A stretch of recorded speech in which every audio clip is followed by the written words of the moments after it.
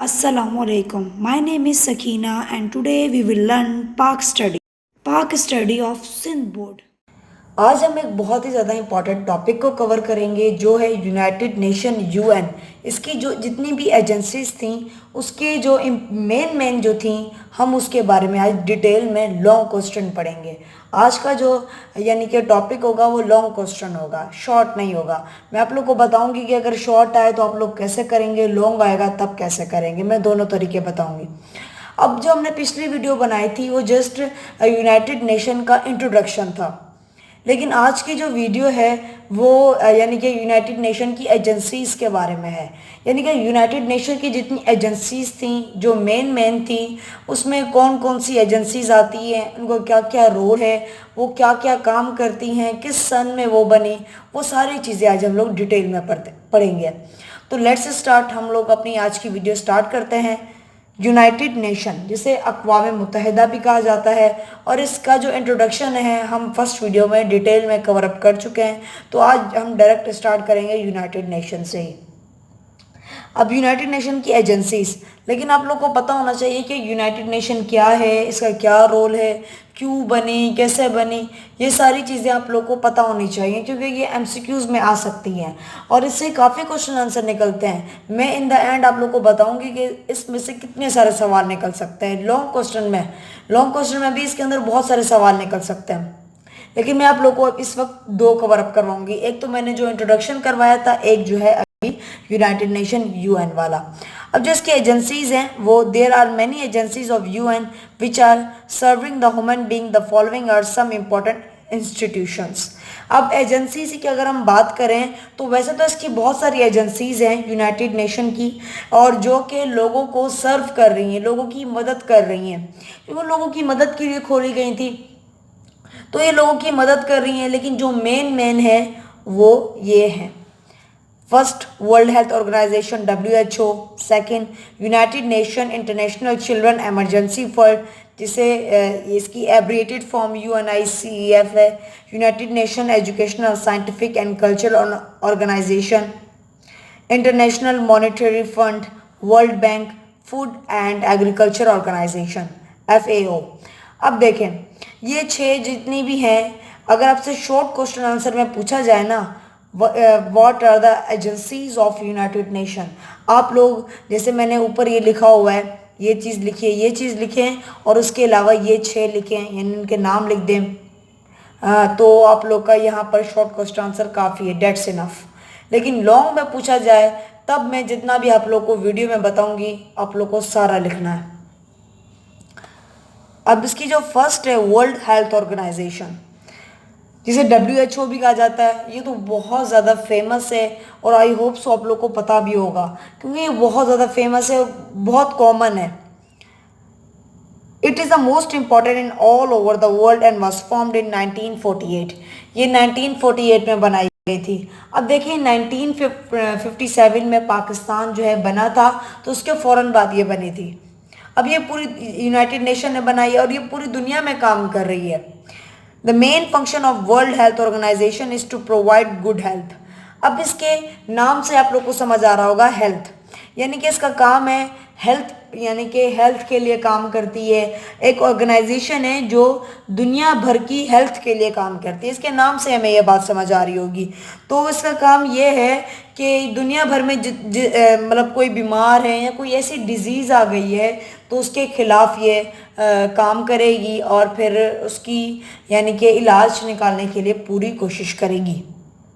जैसे इस वक्त कोरोना है तो कोरोना की वजह से WHO यानी कि वर्ल्ड हेल्थ ऑर्गेनाइजेशन ने ये किया है कि जितने भी बेहतरीन साइंटिस्ट हैं उन्होंने अपने यानी कि इस ऑर्गेनाइजेशन में मिलाए हैं और वैक्सीन बनाने के लिए इन्होंने ये यानी कि कहा है, क्योंकि ये मेडिकल यानी कि सपोर्ट भी करते हैं डॉक्टर्स को, नर्सिस को, और इनके अलावा जो भी ज़रूरत होती है ना, जैसे साइंटिस्ट हैं वो एक्सपेरिमेंट वगैरह कर रहे हैं, उनको जो चीज़ें चाहिए WHO उन्हें देता है। तो WHO ये कोशिश कर रहा है कि वैक्सीन वगैरह निकले और बेहतरीन से बेहतरीन साइंटिस्ट इन्होंने अपने ऑर्गेनाइजेशन में डाले हैं ताकि वैक्सीन जल्द से जल्द बन जाए। तो ये पूरी दुनिया के लिए हेल्थ के लिए काम करती है।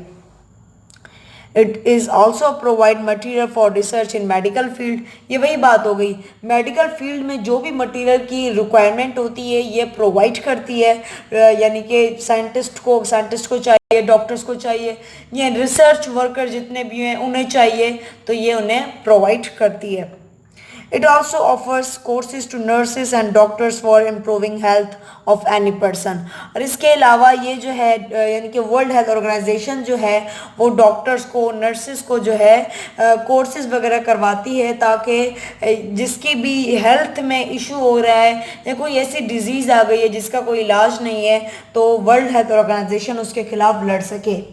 जैसे अगर हम बात करें इन द स्टार्ट, अगर पुराने दौर की हम बात करें, तब टीबी ऐसी डिजीज़ थी जिसका इलाज नहीं था।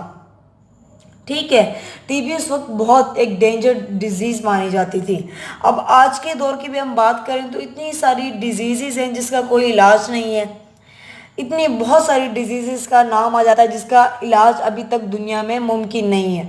जैसे कि सीलियक डिजीज़ है जिसका यानी कि इलाज नहीं है। इस ऐसी बहुत सारी कैंसर है, कैंसर का इलाज है इन द स्टार्ट। ये जो है आपको अगर आप पता चल जाए इंसान को तो इलाज है, लेकिन जब बहुत ज़्यादा बढ़ जाए एकदम से, यानी कि सीरियस कंडीशन हो जाए, तब इंसान सही नहीं हो सकता।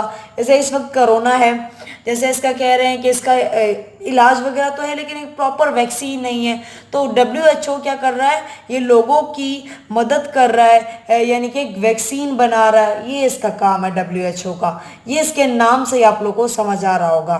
तो अभी नेक्स्ट पढ़ते हैं। नेक्स्ट है United Nation International Children Emergency Fund. United Nation International Children Emergency Fund, ठीक है, जिसकी एब्रिएटेड फॉर्म है UNICEF। The world population is increasing, so it was necessary to establish an institution for children. अगर हम बात करें आजकल के दौर की, तो देखें आबादी बहुत ज़्यादा बढ़ती जा रही है, दिन ब दिन देखें आबादी बढ़ती जा रही है। तो इसके लिए एक इशू ये क्रिएट होता है कि बच्चे पैदा हो रहे हैं तो उनकी उतनी ज़्यादा डिजीज़ आ रही हैं, उतनी बीमारियां आ रही हैं, उनके एजुकेशन के उतने खर्चे हो रहे हैं, और उनकी हेल्थ सबसे बड़ी बात है ना। अब सबसे पहले हेल्थ अच्छी होगी तो तभी बाकी सब कुछ हो सकता है। उनके हेल्थ के इशू, क्योंकि बच्चे कुछ ऐसे होते हैं जब वो पैदा हो तभी उन्हें कुछ ना कुछ प्रॉब्लम हो जाती है, तो ये बहुत बड़ा इशू था। तो इसके लिए भी एक यानी कि ऑर्गेनाइजेशन बनाना बहुत ज़्यादा ज़रूरी था जो बच्चों के लिए काम करे। तो एक ऑर्गेनाइजेशन फिर इस्टेब्लिश की गई। So in 1946 United Nation International Children Emergency Fund was established. So इसीलिए 1946 में ये एक ऑर्गेनाइजेशन इस्टेब्लिश की गई जिसका नाम है United Nation International Children Emergency fund.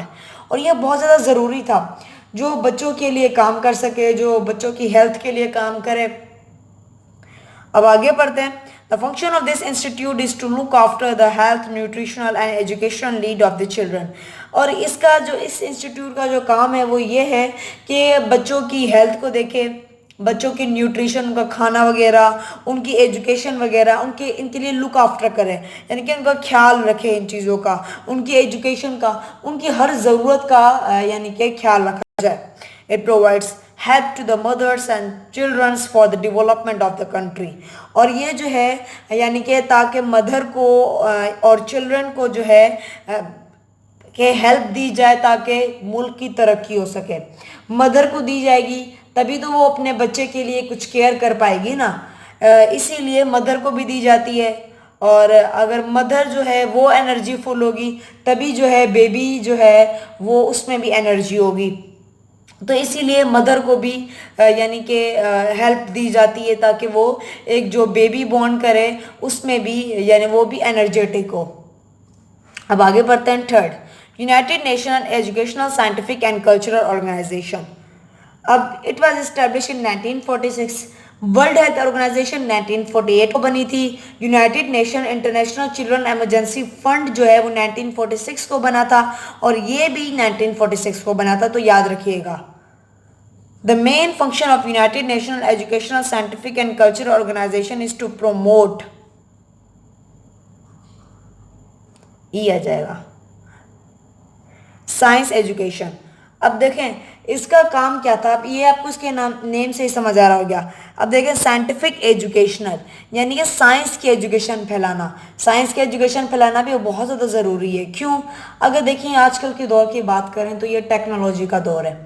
अगर जिस मुल्क में टेक्नोलॉजी नहीं होगी ना, वो मुल्क तरक्की नहीं कर सकता आजकल की दुनिया में, क्योंकि ये मॉडर्न वर्ल्ड है। मॉडर्न वर्ल्ड में टेक्नोलॉजी की बहुत ज़्यादा ज़रूरत है।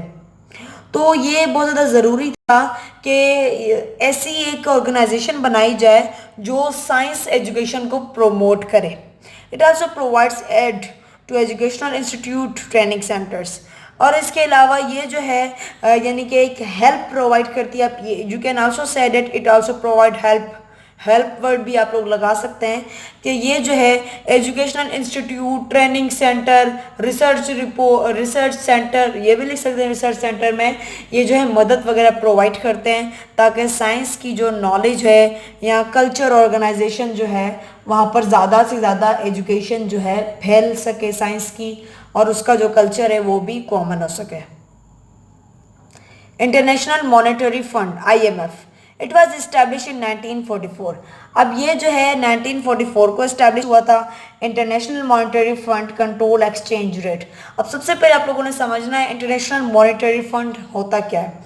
अब जैसे पैसों का जो नहीं होता लेन देन, और जैसे किसी इंसान की बहुत ज़्यादा यानी कि इशू हो गए, उसे पैसे की ज़रूरत है, और पैसों के एक्सचेंज वगैरह, ये सारी चीज़ें जो हैं इंटरनेशनल मॉनेटरी फंड में होता है। People can get financial assistance end fund through IMF। और ये सारी यानी कि लोग जो हैं अपनी फाइनेंशियल यानी कि हेल्प वगैरह, फंड वगैरह जो है इंटरनेशनल मॉनेटरी फंड से भी हासिल कर सकते हैं।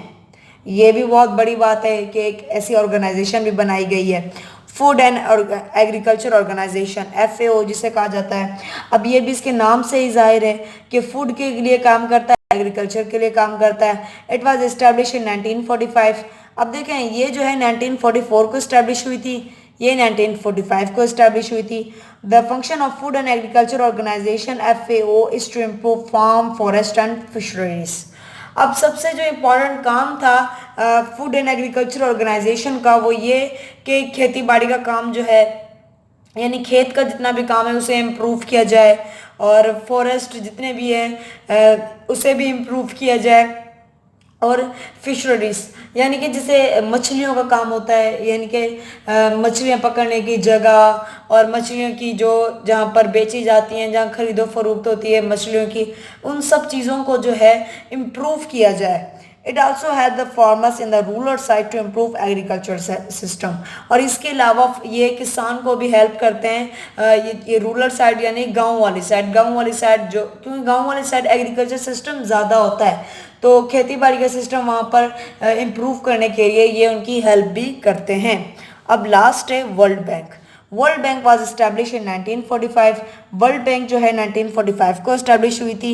It gives loans for the development of the country. ये जो है मुल्क की तरक्की के लिए लोन भी देती है। It helps to business organization with guarantee of concern governments.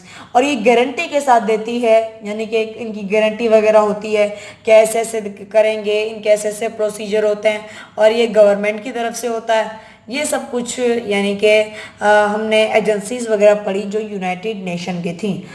If it come in the long question in section C, so you have to write completely. Inshallah you will get full marks in this question. Thanks for your time.